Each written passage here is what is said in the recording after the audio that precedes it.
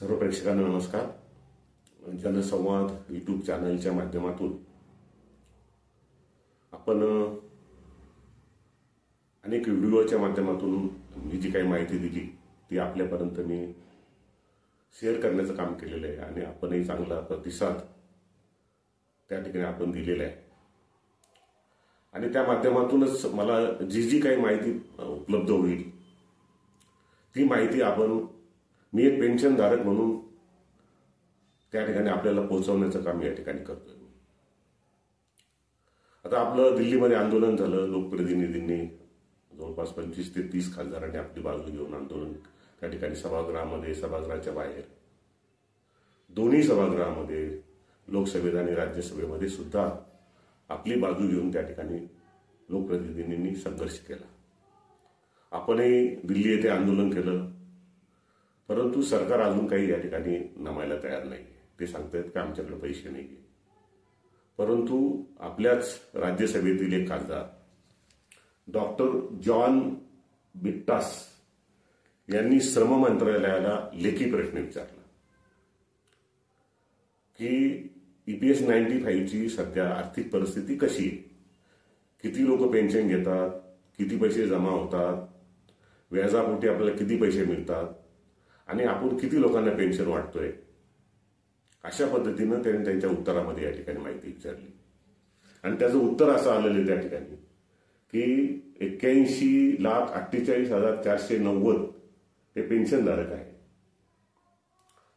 त्या ठिकाणी पेन्शन जे आहेत, जी गुंतवणूक केलेली रक्कम आहे, म्हणजे आपला पैसा त्या ठिकाणी महिन्याच्या महिन्यालाच आपला जो पेन्शनधारकांचं जे कॉन्ट्रीब्युशन आहे ते जमा होते आणि मग ते जमा झालेली रक्कम सुद्धा त्या ठिकाणी EPFOच्या माध्यमातून त्या ठिकाणी वेगवेगळ्या ठिकाणी गुंतवणूक केली जाते. मग ती रक्कम किती गुंतवणूक केली होती तर 9,92,689.56 करोड इतकी रक्कम त्या ठिकाणी EPS 95 ने गुंतवणूक केलेली होती.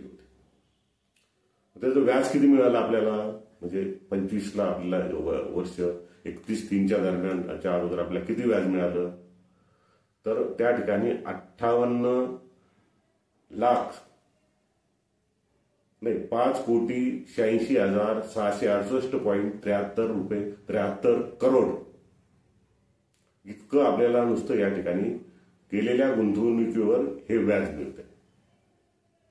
आणि ही जी माहिती आहे, हा जो प्रश्न विचारले, लेखी प्रश्न विचारला, लेखी उत्तर आलं आणि म्हणजे लेखी जे उत्तर होतं ते पोहोचवण्याचं काम आपलेच मुंबई विभागाचे अध्यक्ष विनायक तेंडुलकर यांनी सोशल मीडियाच्या माध्यमातून या ठिकाणी केलं. ते जवळपास सर्व पेन्शनधारकांना पर्यंत ही माहिती पोहोचलेली आहे, परंतु तरीही ग्रामीण भागापर्यंत ही आपली माहिती पोहोचावी यासाठी मी या ठिकाणी जो व्हिडिओ बनवलेला आहे आणि ह्या व्हिडिओच्या माध्यमातून त्या पत्रातली काही माहिती आपल्यापर्यंत मी या ठिकाणी पोहोचवण्याचा प्रयत्न केलेला आहे. मित्रहो, आपण गेली 10 वर्षे आंदोलन करतोय, आपल्याला यश मिळत नाही. दोन्ही सभागृह, जनआंदोलन आणि कमांडर अशोक रावत यांनी 8, 9, 10 वर्षामध्ये जे देशामध्ये आंदोलन उभं केलं ते अभूतपूर्व आहे. त्याबद्दल कुठेही वादाचा मुद्दा नाही आणि ते देशभर खूप ठिकाणी जाऊन आले, सगळ्यांचं संघटन केलं, आंदोलन केलं. अद्याप यश मिळालेलं नाही, परंतु आपल्याला इथं थांबायचं नाही. अशोक रावत यांच्या नेतृत्वाखाली ही लढाई आपल्याला चालू ठेवायची आहे. फक्त आपल्या आंदोलनाचे जे काही आंदोलन ज्या पद्धतीने करतो त्या आंदोलनाचं स्वरूप आपल्याला या ठिकाणी बदलावं लागणार आहे. देशभरात आपण बघतोय आज वेगवेगळ्या मागण्यांसाठी देशात आंदोलन होत आहेत. आरक्षण असेल, कंत्राटीकरांच्या विरोधात आंदोलन असेल, बेरोजगारांचं आंदोलन असेल, तर आता आपल्याला ते स्वरूप बदलावं लागणार आहे आणि निश्चितपणे आपण सगळेजण एकत्र मिळून आंदोलन कशा पद्धतीने करायचे आपण ठरवूया. आणि या ठिकाणी कमांडर अशोक रावत यांच्या नेतृत्वाखाली पुढेही आपण या ठिकाणी आंदोलन करून त्या ठिकाणी आपल्या पेन्शनधारकांच्या वाढीसाठी आपण प्रयत्न करूया. धन्यवाद.